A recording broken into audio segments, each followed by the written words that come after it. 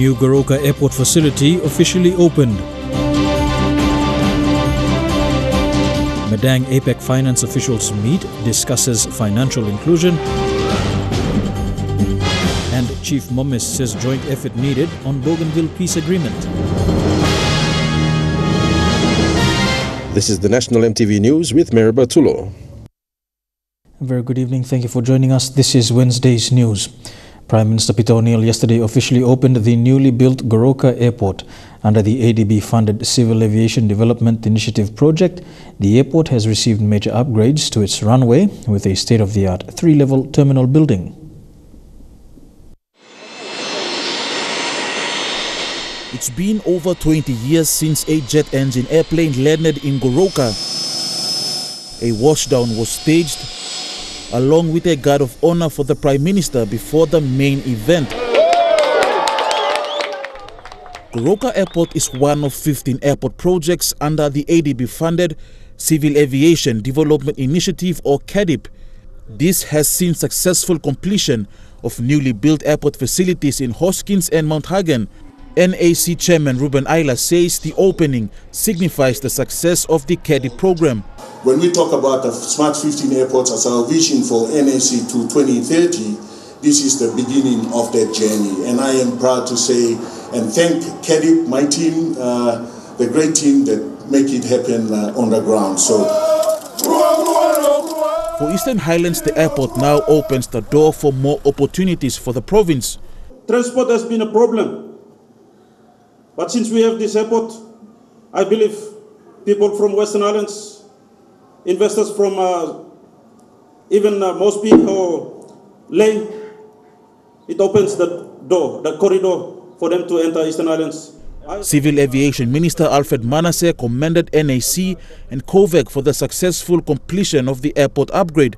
The work that is done on this airport included extension of the main runway by 250 meters to 1.9 meters, 1.9 kilometers, runway strip widening by 150 meters, resealing of the secondary runway, and installation of airfield lighting and PAPI systems.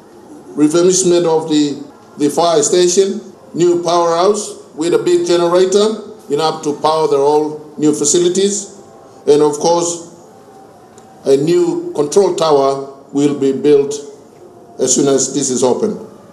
Prime Minister Peter O'Neill thanked the Asian Development Bank for its continued support with the CADIP program. He says since 2011, the government has delivered key infrastructure programs for airports. However, he says there is more to be done, especially for rural airstrips. Many parts of our country are very remote, and they will continue to require the services of air transportation for many, many more years to come. That is why we need to work closely together with CADIP and, of course, many of the leaders in the province. The extended runway is fitted with proper landing lights and a new fire station. The 3-level terminal has security scanners, 7 check-in counters, a luggage conveyor, a spacious departure lounge, and toilet facilities. It will make our people travel in style. Kaveng, Manus, Mendi, Alatau, Wewak and Vanimo are the next airports set for major development. The Goroka Airport was built at a cost of 110 million kina. Stanley Over Jr., National EMTV News. Discussions among APEC economies on maximizing the use of digital financial services are into their second day in Madang. Chief Executive Officer of MyBank PNG, Tony Westaway, says these sessions will explore how economies can get the most out of digital financial services. This is to support financial inclusion on ensuring adequate consumer protection. Today's session saw 19 senior financial officers from the APEC economies continue discussions from yesterday's session on financial literary strategies in different APEC economies. Chief Executive Officer of MyBank PNG, Tony Westaway, who chaired this morning's session, says organizations of economic cooperation and development highlighted the issue of data protection and confidentiality, which is sure to apply to digital financial services. For oversight, responsible authorities will need to have a knowledge of digital products and market trends and there will need to be a greater understanding of how to balance innovation and consumer protection. So this will most likely see the use of regulatory sandboxes. And the discussions raised yesterday and today pointed out new risks for consumers, like fraud and digital profiling. The protection and use of data will also be an issue to policymakers and regulators, as well as collecting and using data. These will pose challenges for regulators and public authorities. It is OECD's view that digitisation has a significant potential to increase financial inclusion, by lowering costs, providing more security, extending outreach and access, and resulting in broadening the range of providers. Organizations for Economic Cooperation and Development believe that the disclosure in transparency will be important. Adding the ability to gather and get more insights and data through digital financial services will challenge existing disclosures. This will also help create greater understanding and ways that digital financial services can influence customer behavior. Martha Luis, National EMTV News, Madang. Chief Executive Officer of MyBank PNG, Tony Westaway, says APEC economies have great opportunities to further financial inclusion. Financial inclusion not only includes owning a bank account, it's also about building wealth for oneself, which involves savings, among other financial services. The key element discussed over the last 2 days is the great responsibility for APEC economies, including the PNG government, to ensure that there is an appropriate regulatory environment to provide consumer protection.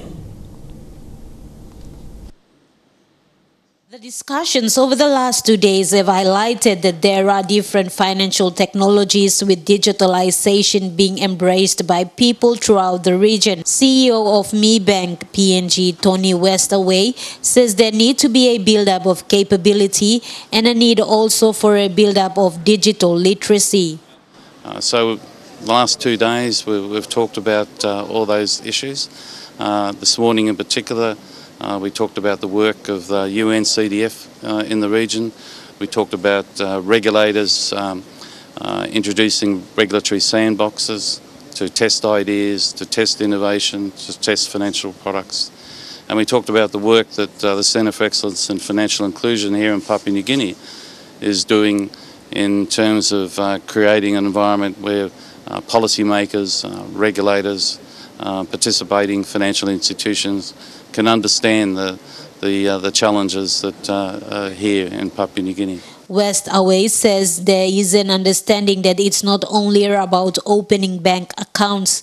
However, it's also on its usage and people building economic wealth, especially people in PNG and the region growing economically and contributing to their own economies. Because once upon a time it was thought that financial inclusion was owning a bank account. We now know that financial inclusion is about building wealth for oneself. It's actually using that bank account to actually do transactions. Now, whether those transactions be cash in or cash out, or actually purchasing insurance, or paying a micro pension, or undertaking savings. So there's a lot more to financial inclusion than having a bank account. Due to the population density in PNG that is different from the other APEC economies, so that there are challenges in setting up digital finance services like agent networks, so that people are able to do digital financial businesses. Adding, PNG needs to work with development partners in developing innovations and making financial services affordable for ordinary Papua New Guineans. Making the opportunity to be a bank agent, to be attractive to micro and small medium enterprises in Papua New Guinea. They need to see a value in it. So we need to be able to convey what the value is. Martha Luis, National EMTV News, Madang. While East New Britain Province is moving forward with its tourism industry, there are still outstanding land issues that landowning clans have to deal with. The Tobebe Tovalingan Ratagul ILG of Rabaul District is one entity that is trying to pull together various factions of its clans to come to a common understanding to market their ideal tourism sites. The ILG believes the issue of land ownership, if not fixed, will affect the tourism industry in the province in a big way. Rabaul District has outstanding displays of volcanoes and war relics, but beneath these breathtaking sceneries is a hive of infighting between landowning clans, particularly those situated within the Kago local level government. Most of it involved issues that centered around land titles and ownership. The issue of land ownership in this part of the province has become noticeable shortly after the declaration of East New Britain Province as a tourism destination. The declaration came as a wake-up call for landowners to actively take part in the tourism industry by converting their customary land into ideal tourism sites. The Tobebe Tovalingan Ratagul ILG is one registered entity that is so eager to provide a fair economic representation of its indigenous land-owning clans within the Kago LLG of Rabaul District. We've been issued the certificate, recognition certificate, binding all land-owning groups within the social mapping, the boundaries based around custom, I believe. The ILG wants to market the tourism sites situated on customary land. While that to some extent can be seen as a good thing, some clan members don't want to be part of it, as they believe there might not be an equal benefit sharing. So now tourists come inside East New Britain, me like Muslim, but only must abide for this land. Until recently, the ILG has used its powers to downplay individuals who may impact the tourism growth in a negative way. The ILG believes such activities may marginalize the majority while benefiting only a few, and to a larger extent, disrupt the growth of the tourism industry in the province. Only complain too much. Only talk about collecting so me now only putting Mr. Blomberg position all no got trust from me. In recent years, the land issues have attracted political attention and has prompted the land laws to be revised, giving traditional landowners the advantage to decide on what to do with their own land. But while that has happened, there are still clouds of uncertainty if that will help solve land issues within different factions of a tribal clan, as much of their arguments are customary and deeply rooted. Edwin Fidelis, National EMTV News, Kokopo.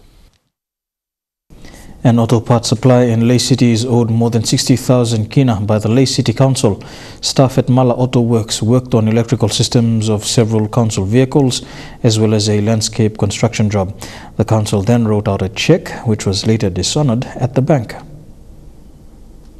It's been 5 years since the last council vehicle was serviced by Mala Auto Parts. The job of fixing faulty electrical parts cost the small Leh company 19,000 kina. But every attempt to have the council pay up has been unsuccessful. Company owner Simon Lucas has since contracted a debt collector to recover the money. Every time people chase up the money, they are telling us that there's not enough money. Come back this time, check me plan. And people chase up we give up on them all. Another payment for a small landscaping construction job at the Leh waterfront is still unsettled. Simon Lucas said that job was worth 40,000 kina, but the council keeps telling him they don't have the money to pay him. So we did the job. People working work finished now. That's 1.5 years now. People are not payment. When they did write him a check of 19,000 kina some time back, he could not get it cashed. The bank told him the city council just didn't have the money in its operating account. The delay in payments has had a crippling effect on his small business. He's had to lay off 5 of his staff, including a manager and mechanics, all crucial to the small auto business. I'm making me some big times. We are not happy. I am not happy with the way they're not paying us. People are costing me business down for too. we need that money to carry us moving Niplago forward. The money comes in Niplago circulates and spend to make money again. But now it's the money only not pay Nipla, affecting Niplago, which I am not happy also. Simon Lucas is just one of several contractors who are owed money by the City Council. A 2017 audit report found instances of theft and false claims. However, many of the contractors say their claims are genuine and the council owes them 17 million kina. Scott Waide, National MTV News, Leh. Here with Tuesday's news, we'll have more of the day's stories after these messages. Stay tuned.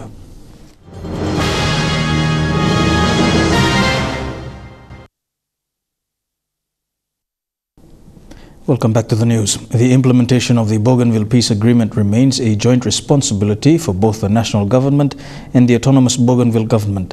ABG President Chief John Momis made these remarks when addressing a conference focusing on the upcoming Bougainville referendum.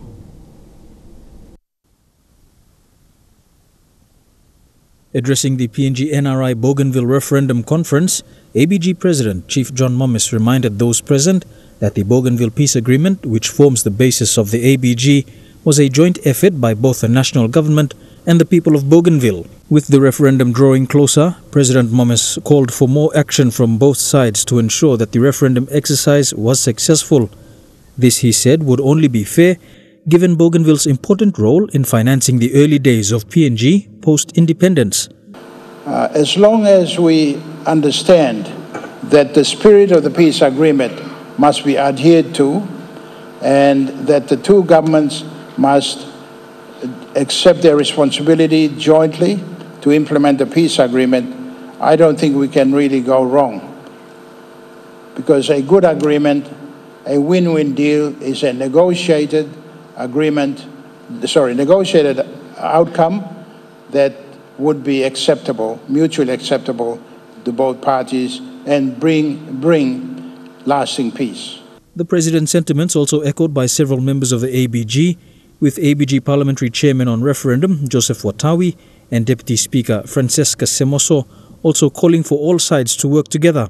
If this government is going to continue to behave the way it's behaving, we have to be proactive about it now.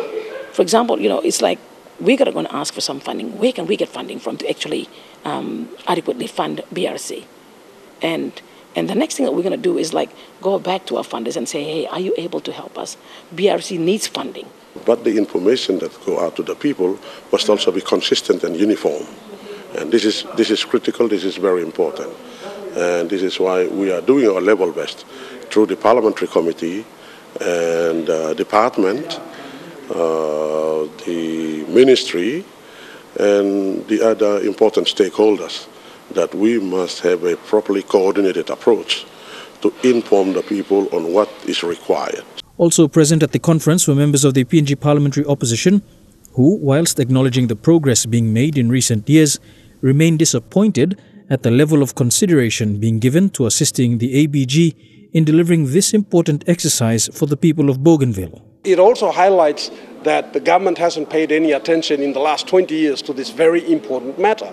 They should have been allocating funds to educate and train people and get them ready for this. I'm heartened to hear that the people on Bougainville are ready. They're very much aware of what they want. What are we doing about it in Papua New Guinea? What is our government doing about it? And the political will has to be demonstrated by the Prime Minister. He's got to demonstrate that political will and ensure that the resources that the people need, or the organizations and the stakeholders need, are there.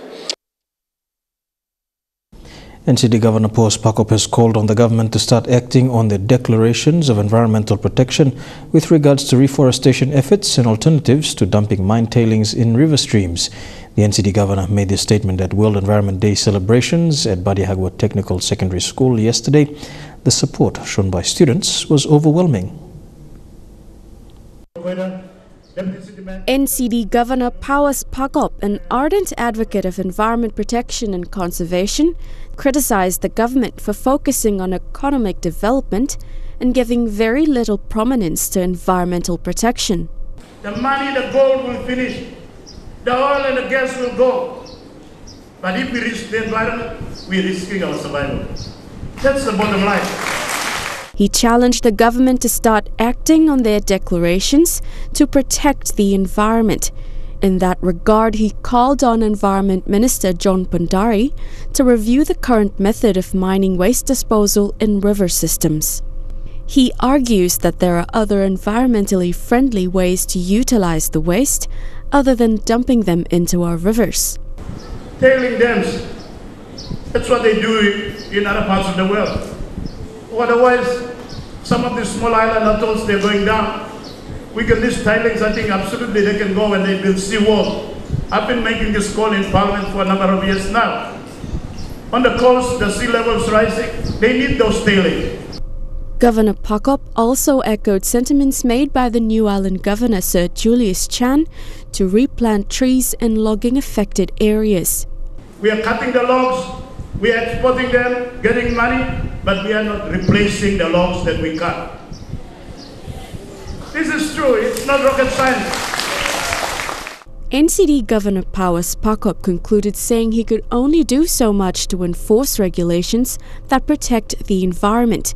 He is appealing for every person in the country to develop a habit of respecting and protecting the environment. For us to develop this culture and value system, that we take our environment seriously, that we are going to take action, that we honor the environment that has been passed to us by a generation immemorial, time ago up to now. Melissa Gaviro, National EMTV News. Melora Market vendors arrived at the market this morning in surprise as their tables and other market items, including food, were set alight by police to close the market. The National Capital District Commission, who has given 2 weeks' notice to the vendors prior to the closure, said the market lacks proper facilities such as toilets and rubbish disposal sites. However, the disappointed vendors say they will remain at Melora Market. According to the vendors, the police had arrived at Melora Market very early in the morning and burnt their tables, bags and food items.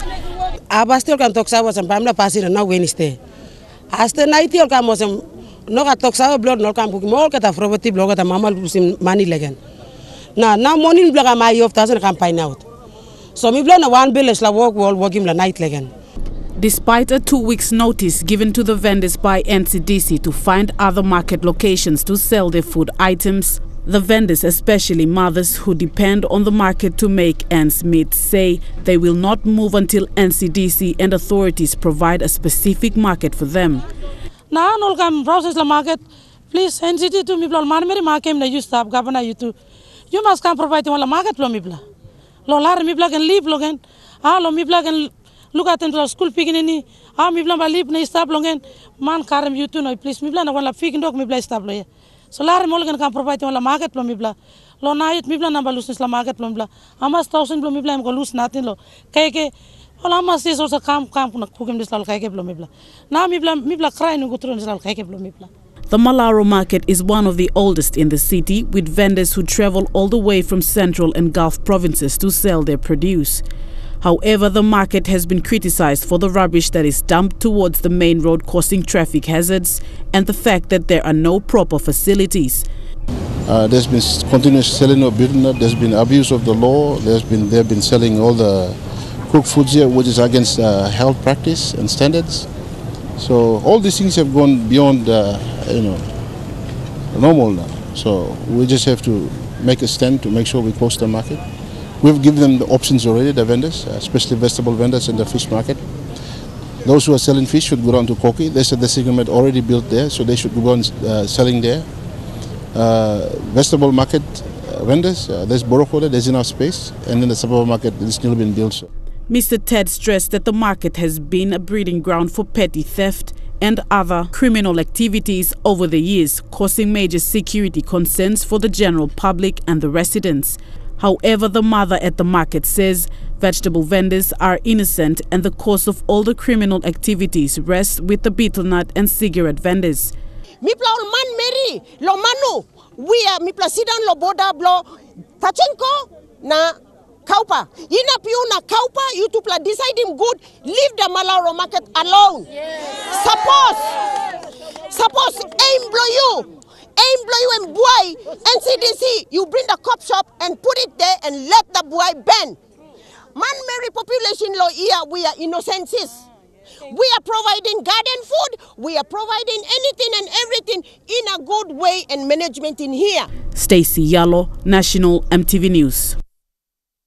Kago Secondary School has not received any immediate relief assistance since the 7.5 magnitude earthquake hit the Southern Highlands province in February. The school, which is the oldest and only secondary school in the district, was severely hit and affected by the earthquake. To date, their classrooms lie in ruins and students have to use the mess hall for classes. During the 7.5 magnitude earthquake that hit Southern Highlands province in February, Kago Secondary School was severely hit. They lost 2 grade 9 classrooms which catered for 40 to 50 students in each. Since the school is one of the oldest, the earthquake shook most of the foundations of the buildings and they could collapse any time. Although Kago Secondary was applauded for being the first school to resume classes after the earthquake, as of today, they have not received any disaster assistance to rebuild and enhance the school. Couple of things, our discs, couple of discs, and then sliding of some of the buildings, not completely falling down, but just sliding across, almost about to fall and that kind of thing. But as far as I am aware, there was no response from the concerned authorities, including provincial authorities, provincial level, national level, district or electorate. We are yet to receive some response in kind or maybe by way of materials or stationery or whatever, by funds. We have nothing received, no response from authorities of relief supplies or anything like that has never been received. So I'm just thinking maybe Kago is a forgotten electorate. Thinking that no funds, no whatever has been given to Kago. If it was given, we should have been the first one to be. It has a population of over 1,000 students and a staff of 34. However, since there are not enough staff houses, many teachers live in nearby villages and walk in every day to teach. Subject Master Lolo Alage says it has been months now and the school has not seen any relief assistance. We got all desktop mi bin usim lem 6 plan number tem pudan godan lo floor na buruk inside lo staff room triple desktop mi plo teachers I usim lo typing mo test na assignment lo teacher number m2 em buruk inside lo reception room 2 pla big pla photocopying machine lo pla 1 pla liglik na big pla mi plus I usim tu em buruk na bagarap so plant is something em been damaged inside lo school blo mi pla writing all reporters, all news, wanemia number kam all government workers number lo Jesus ta kam all report number but no got one pla feedback lo disla or something. Principal Yambi aired his concerns as they are competing with other secondary and national high schools in the country. They've tried the best to under these circumstances. You don't know like Logan. How about you still live on darkness now? You but teach more sumatin. Compete one time more national high schools, secondary schools, or sleep inside or like power like na. Competition come up na sar more figure go. That's how secondary school has tried its best. It has done it. On Monday, MRDC gave the school a 165 kVA generator, which gave the community hope. However, the school needs immediate assistance. Lilian Soperakinea, National EMTV News. More than 10 families in Lae's Salamander area are still waiting to be issued land titles after more than 5 years. Michael Joshua, a former public servant who moved into the area in the 1980s, is frustrated at how long the process has taken. His wife Elizabeth says they've been told to wait for the past 10 years without further directives from the National Housing Corporation. Michael and Elizabeth Joshua have been tenants here since the 1980s. In 2008, their names were gazetted to purchase the property under the giveaway scheme. To date, they are still waiting to be issued their title. 32 years. Mr. Stable House, 32 Stable to Melora government, and 32 years me occupying this house.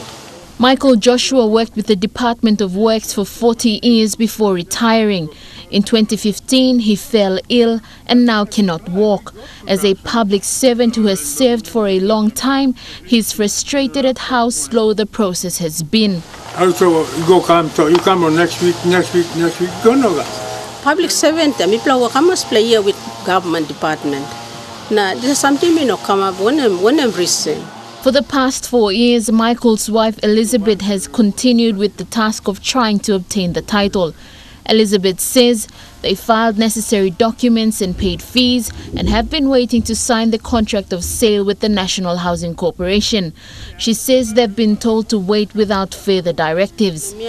Then me play along housing commission, me play give him all sign him on behalf long. Document all give me plan, all to just go and wait. When something come up, when me lens office, but me play talk sorry. And talk protocol and now me play sit down and wait this time. The Joshuas are one of many other families in the area who are facing the same problem. On Sunday, these residents met to air their concerns over the issue. More than 5 families say they're still trying to obtain their titles. Why? Now, all sit down of this one. Now, like processing all this law, charge of blah, give them blah, quick time. Michael Joshua and his wife Elizabeth are hopeful that they will obtain their title. Lucy Kopana, National EMTV News, Leh. The employees of Leh City Council Garbage and Sanitation have called on the current management to purchase their own vehicles and stop hiring from contractors. They say the contractors' issue of non-payment of the hired vehicles by Leh City Council has been a concern for more than 6 years and it has disturbed their operations. 30 dump trucks that were hired by Leh City Council was cut down to 6 by the new management last month. Car belong all Arab line. Now expenses, now rent belong for this car is very high. Now money you come along, look long, walk long all you go outside long all this line. Or Pablo car kiss. Now City Council, no car, no transporting workman, or maybe use him, all this one no God. All the time maybe so sabalong car. Nani car is sleepy stuff, but maybe sabalong money that's all.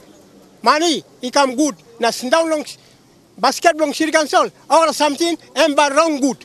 But money. Here with National EMTV News, we'll have more of the day's stories after these messages. Don't go away.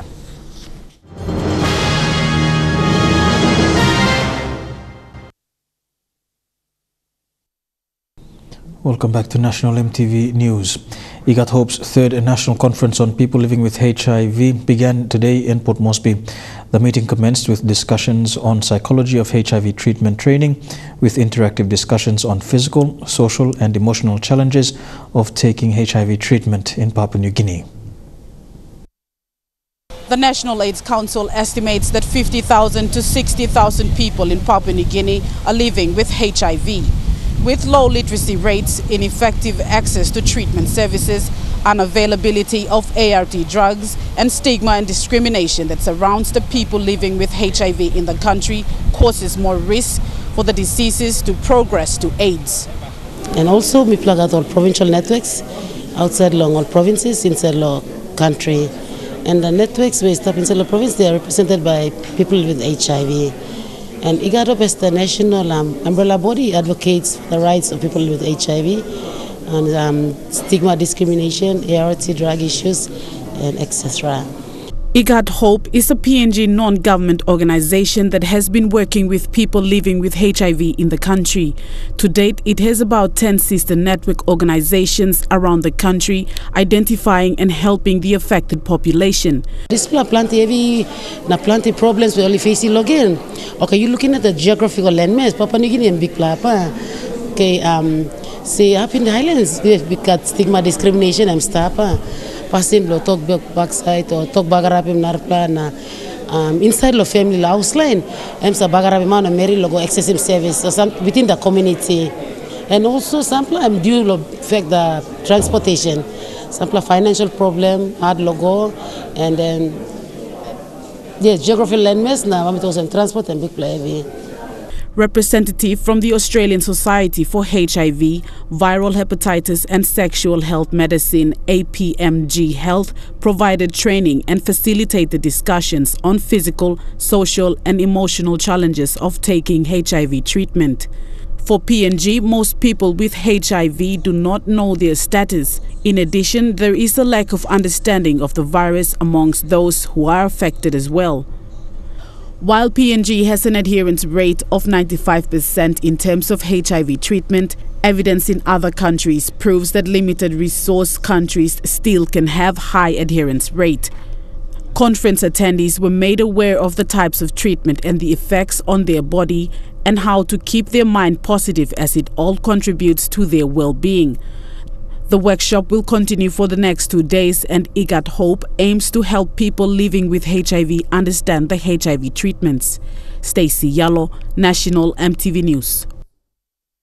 Employees of Lihue City Council are claiming that there are discrepancies in their payments towards the superannuation. The queries dated back from 2011 to 2016. According to the payslip, Lihue City Council had made deductions. When they went to get their statements from the Savings and Loan Society, they were told that there was nothing paid to their accounts by the employer. These employees have been working with Lihue City Council for more than 20 years. They told us that the deductions made from their salary from 2011 to 2016 were not paid by their employer. After following up with their Savings and Loan Society, they were told that Lihue City Council had not paid in the money that was deducted from their salary. This includes the employer's contribution of 8.4% and employees' contribution of 6%. Tasol this la POSEP now I'm 7 years I'm declaring blow me play no go through long POSEP office. I'm still go power way up. Now this is the money. Should have made more profit out of that. Now this is the money. Me play no looking the profit money blowing. This issue of concern has been there since 2011 to 2016. The employees said they have raised these with the previous management, but nothing was done. These employees work within the city boundary. Their areas of responsibilities include garbage collection, road maintenance, and grass cutting. Some of them have been doing this for more than 30 years. For others, they are still on casual pay, though they have been employed with Lihue City Council for more than 7 years. Everyone 1 moon, all by Sharam. Every contribution to every workman by going inside the number 1 sook. But this is not good. So this is money no say working interest. Na me no say this money stop way. The employees said it was difficult for them to raise their concerns publicly, as it was alleged that the management would terminate them. They are now calling on Lihue City Council to clarify to them about their savings and entitlements. Julie Badui Owa, National EMTV News, Lihue. Turning overseas now, Western fears about China's growing influence in the Pacific has led to a significant boost in trans-Tasman aid efforts, including to the Solomon Islands. And on his first official visit to New Zealand, the island's national prime minister has revealed the depths of those concerns. While Rick Hoenepuela struggled to find the Auckland sun, he's basking in the warmth of a strengthening relationship with New Zealand. We see ourselves as members of the Pacific and as such, as family. We are partners. That's important to New Zealand. China's growing influence in the Pacific is of deep concern to Western neighbours. There's little doubt that geopolitics and China's growing influence in the region is impacting on relationships. Both New Zealand and Australia have increased aid to the Pacific, and the Solomon Islands is no exception. And that increase to the Solomon Islands from its 2 biggest neighbours in just dollar terms is significant. China is making a lot of movements, whether development assistance has changed as a result of that. That's probably for our development partners to respond to. When Chinese tech giant Huawei moved to build an internet cable linking the Solomons with Sydney, Australia swooped, taking over the project. Today, the Solomons leader admitting it was because of security fears. We have had some concerns raised with us by Australia. As Australia's Foreign Minister tours the region, New Zealand's kicking off its Pacific Reset Plan, injecting more than $700 million aid dollars over the next 4 years. Actually, it was us looking at the role we need to play, regardless of what anyone else internationally is doing in our region. The Solomons is to get a boost in education, community policing, fisheries and aviation. It wants to send us more seasonal workers. I think our current numbers are 700 under the scheme, yes? Close to 640-ish. Yeah, okay. Well, we'll double that. He may just get it. The Pacific is rediscovering the value of loyalty with its old partners.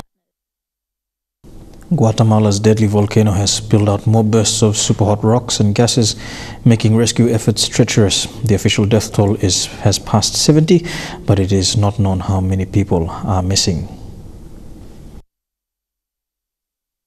The volcano may be shrouded in smoke, but it now gives away little of the sudden, catastrophic violence it wrought here. With more eruptions feared following further sporadic explosions at the volcano, a frantic recovery effort goes on. Well, we're going in with one rescue team as close as we can get to the volcano. They've been digging for days now into the ash, but there are still so many bodies to be found. As we went in, we saw a recovery team coming out. They'd been trying to find survivors, but the only living things they could bring out this time were abandoned chickens. And this is why. The entire village of El Rodeo was smothered in a thick blanket of burning volcanic ash. In some homes, entire families were buried alive. The land was scarred and suffocated by lava and ash. The assault from the volcano came so fast, it's no wonder so many simply had no chance of escape. Survivors who did manage to flee for their lives have been left traumatized. Thousands are now in makeshift shelters. 35 members of the extended Lopez Pozuelo family fled as lava, ash flows and debris engulfed their town. But 5 of their relatives didn't make it, including Francisco's brother and 2 grandnieces, aged 12 and 14. The place is completely destroyed, he says. I don't believe any of them survived because the homes are totally buried under the ashes. There's no more space in the morgue for more bodies. Even when bodies are found, so few victims have as yet been identified. One rescuer said when he did find bodies after hours digging in ash, they often looked like statues, so hard to recognize. Here with Wednesday's news, we go for a break now. When we come back, some sporting updates in Trukai Sports.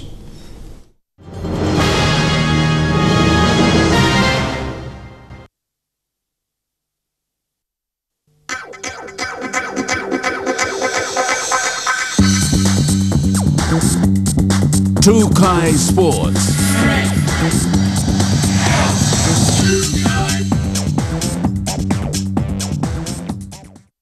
Welcome to Trukai Sports. We begin with bodybuilding, and the 27th National Bodybuilding Championships will take place this Saturday at the Cosmopolitan. One of the many aims of the event is to promote the sport of bodybuilding, as well as to encourage individuals to also try out bodybuilding. The event, supported by Cosmopolitan and sponsored by the Community Development and Religion Department, will see athletes promote the awareness on gender-based violence. PNG Bodybuilding Federation says not only is bodybuilding a good sport, as it is a non-contact sport, it is also good for the health and fitness of those that want to maintain a good physique. The Rugby League and the SPPNG Hunters take on the Mackay Cutters this weekend at the Oil Search National Football Stadium. There have been a few changes to the lineup, with some players suffering from injuries. Brendan Gotuno has been named on the wing in place of the injured Butler Morris. The team still remains without captain Ase Boaz, who is recovering from an illness. Warutovopora Jr. will captain the team for the 3rd week in a row.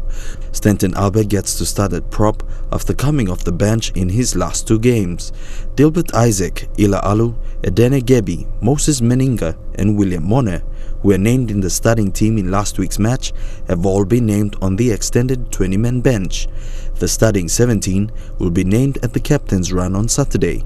They currently sit on 11th spot on the Interest Super Cup ladder and will be hoping to finish in the top 8 at the end of the season. The Hunters lost 30 points to 12 to the East Tigers last weekend and will be eager to get back in the winner's circle this weekend. They play host to the Mackay Carters with the match to kick off on Sunday at 3 p.m. at the Oil Search National Football Stadium. Elijah Levitt, National EMTV Sports.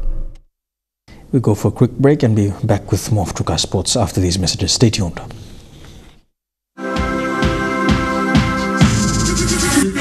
Trukai Sports.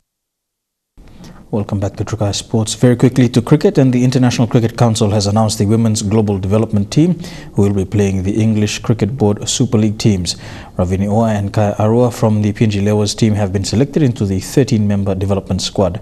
They will play 5 fixtures against teams in the ECB Super League after the ICC T20 World Cup qualifiers. This is a partnership between the ICC and the England and Wales Cricket Board to provide exposure to players and teams from outside the world top 8. And that's it for Trukai Sports. Up next, the weather details for the next 24 hours. Trukai Sports.